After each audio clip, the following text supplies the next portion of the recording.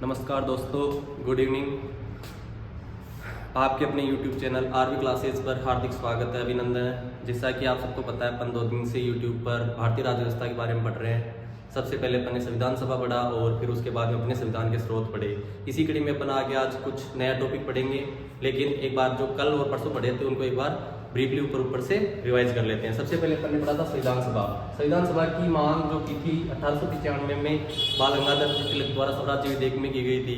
1922 में महात्मा गांधी जी के द्वारा, 1928 में नेहरू समिति के द्वारा। लेकिन इन्होंने अनौपचारिक रूप से मांग की थी, कहीं भी संविधान सभा शब्द का उल्लेख या नाम नहीं लिया था। उसके बाद मानवेंद्र नाथ रॉय जो कम्युनिस्ट थे, उन्होंने 1934 में औपचारिक रूप से संविधान सभा का नाम लेकर संविधान सभा की जो गठन की मांग की थी। कांग्रेस पार्टी ने आधिकारिक तौर पर 1935 में और कांग्रेस के ही प्रतिनिधि के तौर पर जो पंडित जवाहरलाल नेहरू थे, 1938 में इन्होंने सार्वभौमिक वैश्य मतदान के आधार पर प्रत्यक्ष रूप से निर्वाचित संविधान सभा की मांग की थी। अंग्रेजों ने सबसे पहले अगस्त प्रस्ताव में स्वीकारा, लेकिन कहीं भी संविधान सभा शब्द का उल्लेख नहीं था। क्रिप्स मिशन में बोला कि प्रांतीय विधानमंडल के निम्न सदन के सदस्यों द्वारा अप्रत्यक्ष रूप से निर्वाचित संविधान सभा का गठन किया जाएगा, लेकिन वो कब किया जाएगा? द्वितीय विश्व युद्ध के पश्चात। कैबिनेट मिशन 1946 इसकी सिफारिशों के आधार पर संविधान सभा का निर्वाचन किया गया और प्रांतीय विधानमंडल के निम्न सदन के जो सदस्य थे उनके द्वारा जो निर्वाचित अप्रत्यक्ष रूप से निर्वाचित संविधान सभा थी, ऐसा प्रावधान था। कैबिनेट मिशन,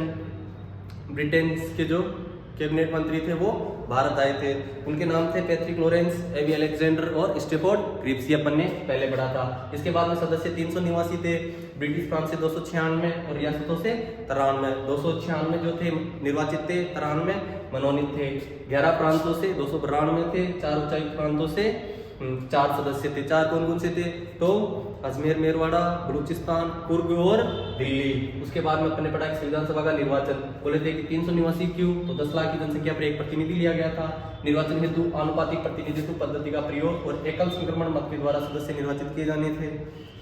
अनुपातिक प्रतिनिधित्व ये धार्मिक के तहत 3 श्रेणियां बनाई गई थी, मुस्लिम, सिख और सामान्य। मुस्लिम 79 थे, सिख 4 थे और सामान्य की 213 सीटें थी। और सामान्य सीटों में हिंदू, जैन, ईसाई और बौद्ध शामिल थे। संविधान सभा का निर्वाचन अप्रत्यक्ष रीति से हुआ था। यहाँ तक अपन ने पहले पढ़ लिया।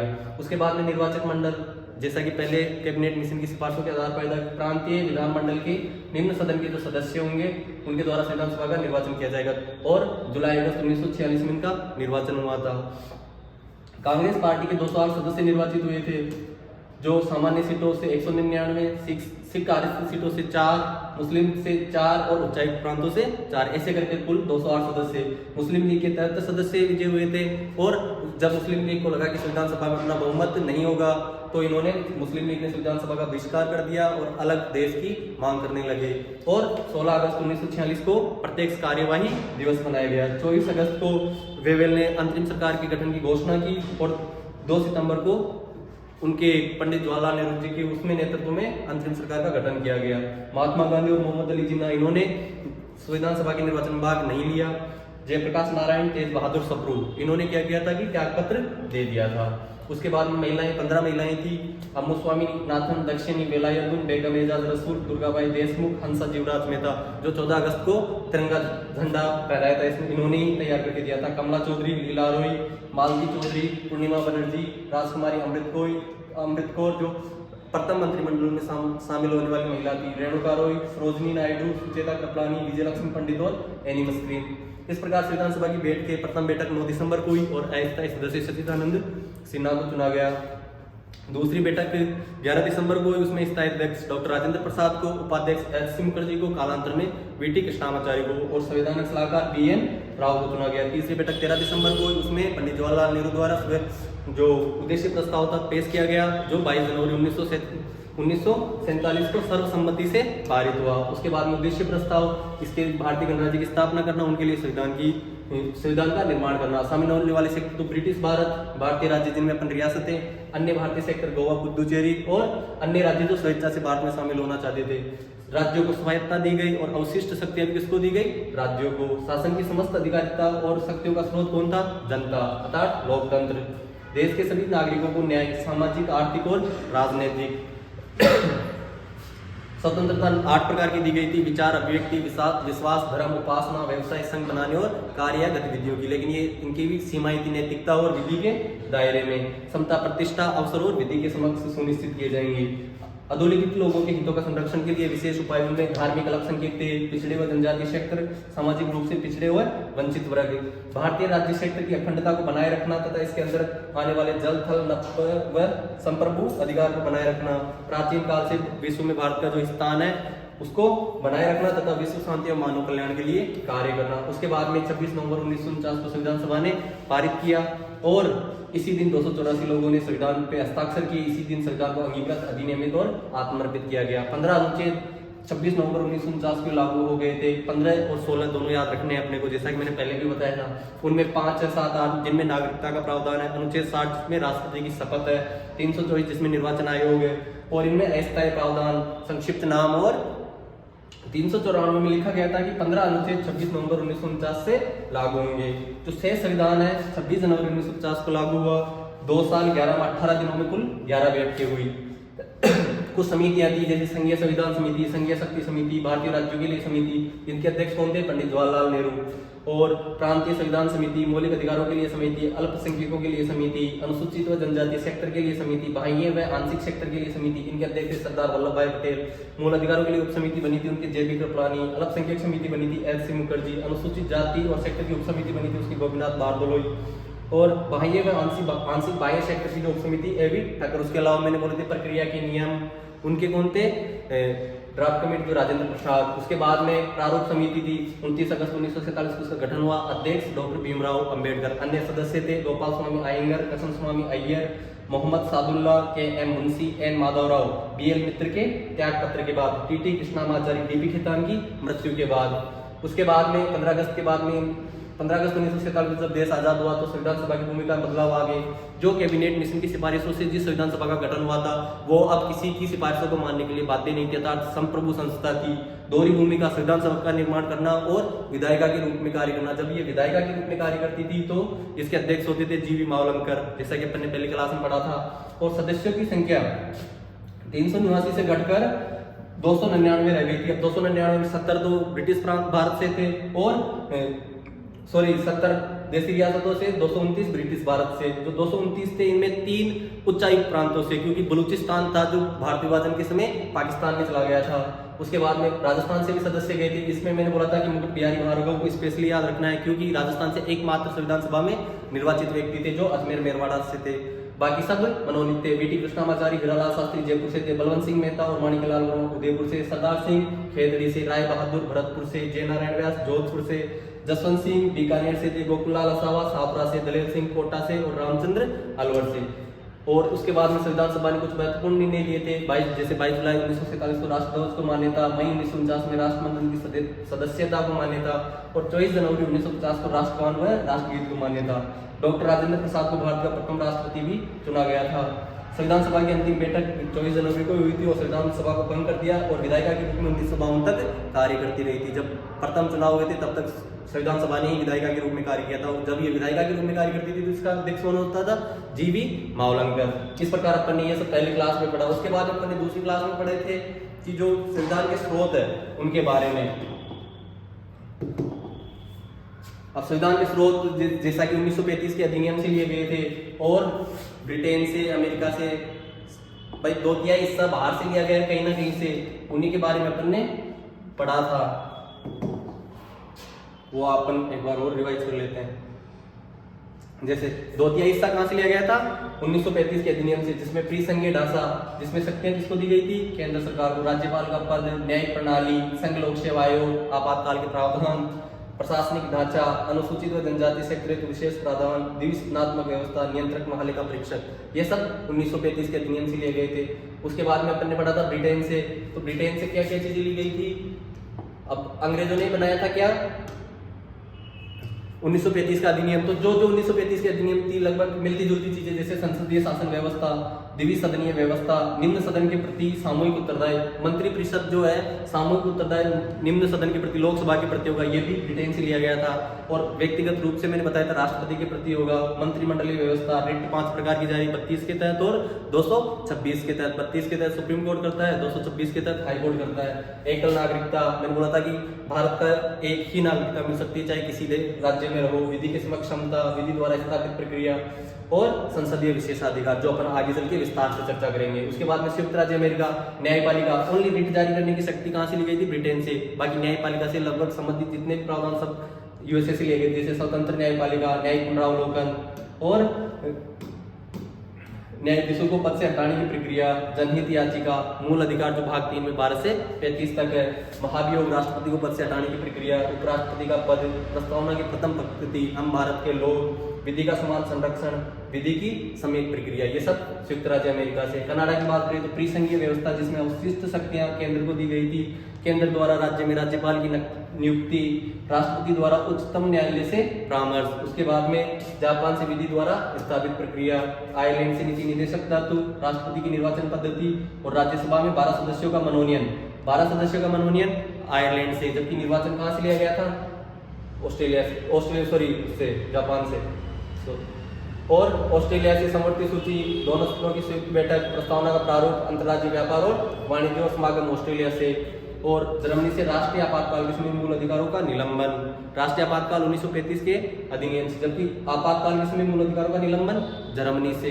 उसके बाद में रूस से प्रस्तावना में न्याय के आदर्श, न्याय 3 प्रकार का था, सामाजिक, आर्थिक और राजनीतिक, और मूल कर्तव्य।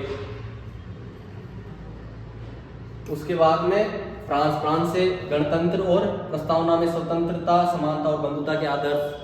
और दक्षिण अफ्रीका से राज्यसभा के सदस्यों का निर्वाचन और संविधान संशोधन की प्रक्रिया। निर्वाचन दक्षिण अफ्रीका से और मनोनयन कहां से? आयरलैंड से। मनोनयन कितने सदस्यों का? 12 सदस्यों का। इस प्रकार 2 क्लासों में अपन ने इतनी चीजें पढ़ ली। इससे आगे अपन आज कुछ नया स्टार्ट करते हैं।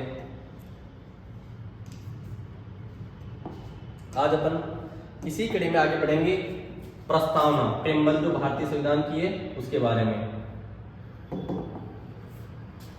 प्रस्तावना, पहले तो एक बात, ये जो प्रस्तावना है, जो भी कंपटीशन की तैयारी करते हैं लगभग सबको याद होनी चाहिए। जैसे हम भारत के लोग, भारत को एक संपूर्ण प्रभुत्व संपन्न, समाजवादी, पंथनिरपेक्ष, लोकतंत्रात्मक गणराज्य बनाने के लिए तथा उसके समस्त नागरिकों को सामाजिक, आर्थिक और राजनीतिक न्याय दिलाने के लिए, न्याय और विचार, अभिव्यक्ति, विश्वास, धर्म और उपासना की स्वतंत्रता, प्रतिष्ठा और अवसर की क्षमता प्राप्त कराने के लिए तथा उन सब में व्यक्ति की गरिमा और राष्ट्र की एकता और अखंडता सुनिश्चित करने के लिए बंधुता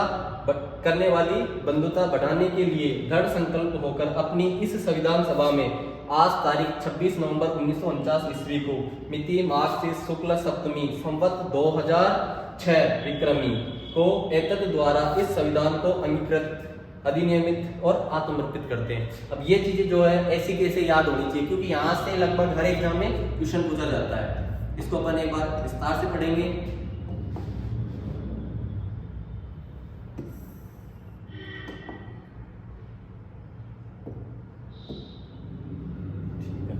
जैसे हम भारत के लोग, अर्थात शक्ति किसमें है? भारत की जनता में। भारत को एक संपूर्ण प्रभुत्व संपन्न, समाजवादी, पंथनिरपेक्ष, लोकतंत्रात्मक गणराज्य बनाने के लिए। अब ये जो प्रस्तावना है इसमें ये लाइन अपने आप पे बहुत कुछ बोलती है। जैसे संपूर्ण प्रभुत्व संपन्न, ऐसा राष्ट्र जिसका बाहरी कोई शक्ति का प्रेशर नहीं हो, कोई बाहरी सत्ता का कोई दबाव नहीं हो, अर्थात खुद के निर्णय लेने में खुद स्वतंत्र हो, ऐसा राष्ट्र बनाना है। समाजवाद, अर्थात समाज में किसी प्रकार का भेदभाव नहीं हो, उच्च नीच नहीं हो, जाति, धर्म, लिंग आदि के आधार पे। पंथनिरपेक्ष, अर्थात अपने जो राष्ट्र है इसका कोई स्पेशल अपना कोई पर्सनल धर्म नहीं होगा, कोई राष्ट्र धर्म घोषित नहीं कर सकते।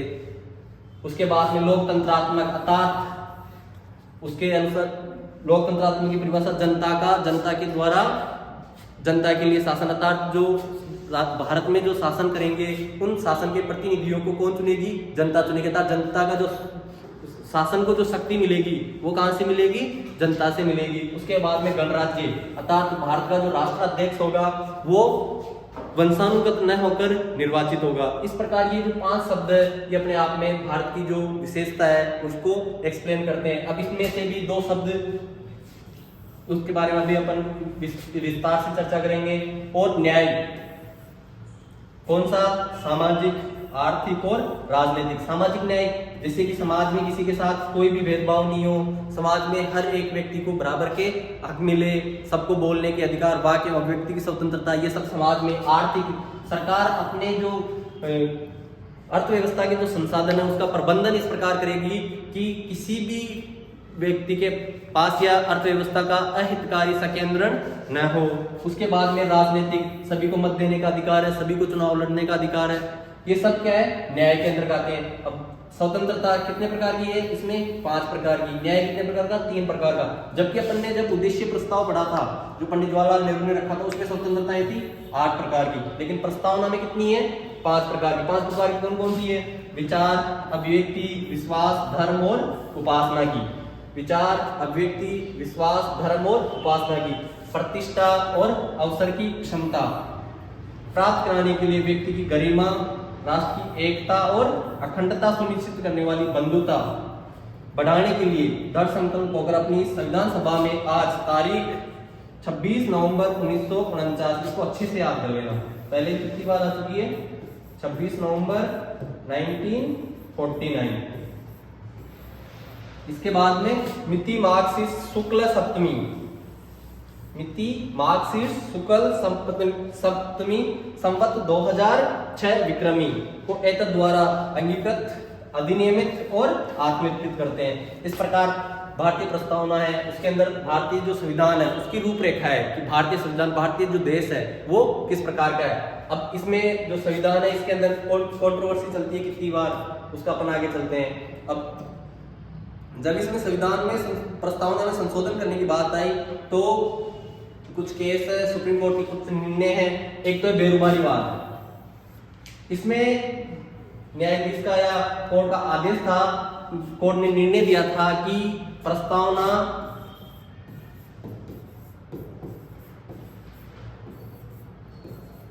संविधान का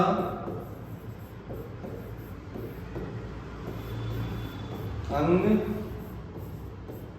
या भाग नहीं है, अर्थात इसमें संशोधन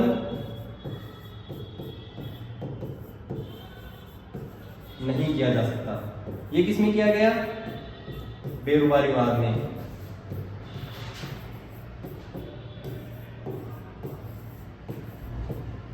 बेरुबारीवाद था 1960 का।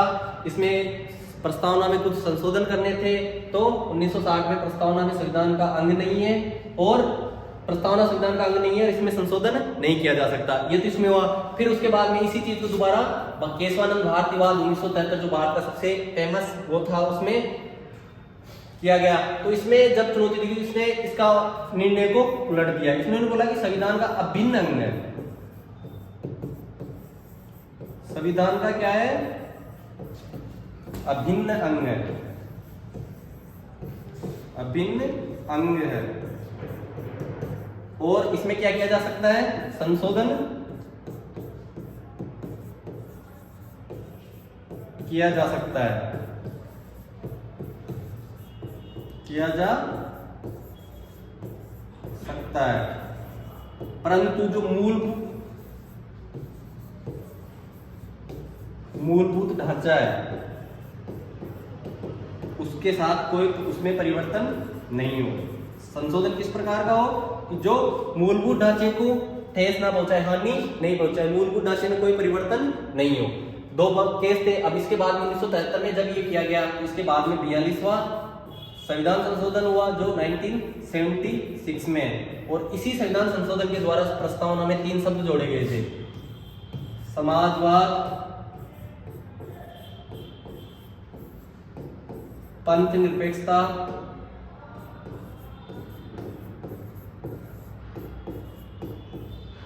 और अखंडता। ये 3 शब्द किसमें जोड़े गए थे? प्रस्तावना में। कौन से संविधान संशोधन के द्वारा? 42वें संविधान संशोधन 1976 के द्वारा। अब ये जो शब्द जोड़े गए थे, अब तक देखो क्वेश्चन कैसे भी पूछ सकता है एग्जामिनर ने भी, जैसे दल बदल संबंधी जो अनुसूची 10 थी उसमें जो संशोधन हुआ था उसने पूछा था कौन से पैरा में संशोधन हुआ था, तो जरूरी नहीं है उसी से पूछे, इसी से भी पूछ सकते हैं। अब इसके लिए अपन अगर पीछे चल के देखें तो जो हमारा संविधान है इसमें प्रस्तावना है, इसमें पैरा गिन सकते हैं अपन आराम से। भाई ये अपना कौन सा पैरा है? पहला। ये न्याय वाला दूसरा, स्वतंत्रता वाला तीसरा, ये चौथा, और ये पहला, दूसरा, तीसरा, चौथा, पांचवा और ये छठा। इस प्रकार जो पैरा थे, तो जो अखंडता जो शब्द था वो किस पैरा में जोड़ा गया था? छठे में। और जो समाजवाद और पंथ निरपेक्षता थी वो किसमें जोड़ी गई थी? पहले में। समाजवादी और पंथ निरपेक्षता ये किसमें जोड़ी गई थी? पहले पैरा में। और ये किसमें थी? छठे में। इस प्रकार जो संशोधन हुआ अभी इसके द्वारा 42वें संविधान संशोधन के द्वारा,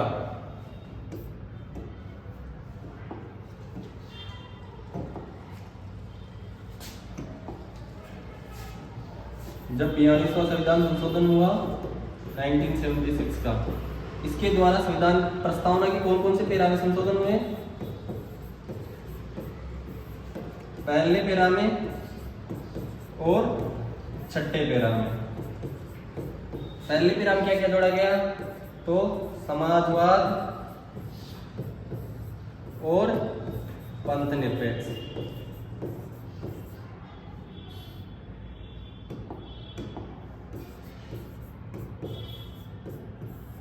समाजवाद और पंथ निरपेक्ष। और छठे पैरा में क्या जोड़ा गया था? अखंडता। इसका मतलब जो मूल जो संविधान था उसमें समाजवाद और पंथ निरपेक्षता शब्द भी नहीं था और अखंडता शब्द भी नहीं था, अर्थात संपूर्ण प्रभुत्व संपन्न लोकतंत्रात्मक गणराज्य। 42वें संविधान संशोधन के बाद प्रस्तावना की पहली लाइन थी जो कैसी थी? उससे पहले तो ऐसी थी कि संपूर्ण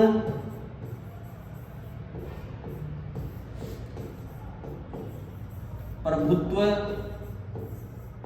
संपन्न लोकतंत्रात्मक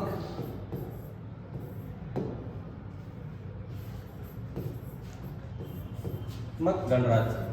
ये 3 ही शब्द थे पहले पैरा में, लेकिन 42वें संविधान संशोधन द्वारा ये दोनों शब्द भी इसमें जोड़े गए। और जो एकता थी, एकता के साथ कौन सा शब्द जोड़ा गया? अखंडता।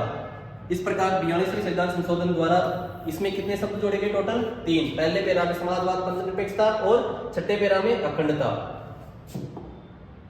उसके बाद में कुछ चीजें हैं इस प्रस्तावना के बारे में, कुछ कथन है, उनके ऊपर अपन चर्चा कर सकते हैं। जैसे इसी पे चर्चा करें तो गोलकनाथ बनाम पंजाब राज्यवाद हुआ था, उसमें न्यायमूर्ति हिदायतुल्लाह है, उसने प्रस्तावना को संविधान की क्या कहा है? मूल आत्मा कहा है। जबकि डॉक्टर भीमराव अम्बेडकर उन्होंने अनुच्छेद 32 को क्या है? संविधान की आत्मा, जो अपन आगे भी विस्तार से पढ़ेंगे। लेकिन संविधान की आत्मा किसे कहा गया है? अनुच्छेद 32 को। लेकिन मूल आत्मा किसको कहा है? प्रस्तावना को। किसने? न्यायमूर्ति हिदायतुल्लाह ने गोलकनाथ बनाम पंजाब राज्यवाद में। और प्रस्तावना को के मुंशी ने राजनीतिक जन्मपत्री कहा। इस प्रकार अपन ने प्रस्तावना के बारे में विस्तार से चर्चा की। आई होप आज की क्लास आपको अच्छी लगी होगी और ज़्यादा से ज़्यादा देखने की कोशिश करें और जितना हो सके इसको सपोर्ट करें, ताकि हम आगे भी आपके लिए अच्छी वीडियो ला सके। उम्मीद है आप हमें सपोर्ट करेंगे। धन्यवाद।